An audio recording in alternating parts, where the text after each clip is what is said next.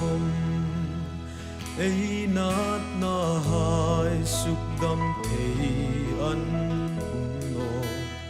pa khat khom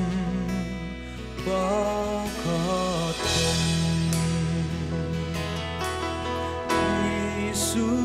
nei prat no zi arri ni tin nin mi veng zing ati ulan no in ngai tho Isu ang pa khat khom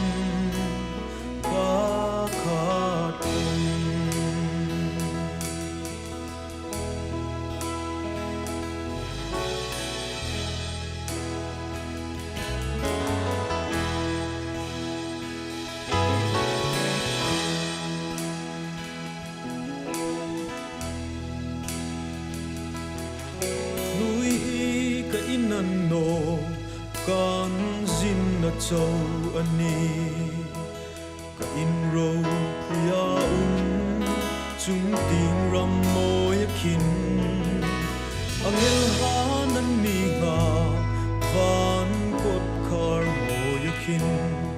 noi ka inan no kan zin na chau ani lalpa dang kanay no fan ka in no si la kay im sang kata ang yalhanan mingna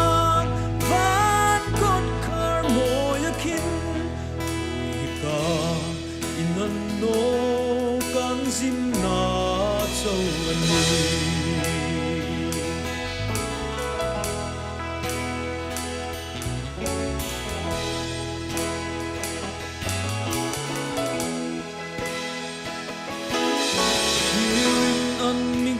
Zing ahi ka hrit zing si Isu na mingay dan sa tun in ting kapan ami truy ding ka hri sa vin rot no lang khom noi ka inan no kan zin na chaw ani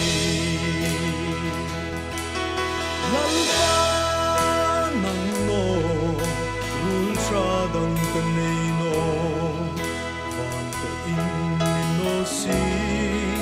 la kay im chang kata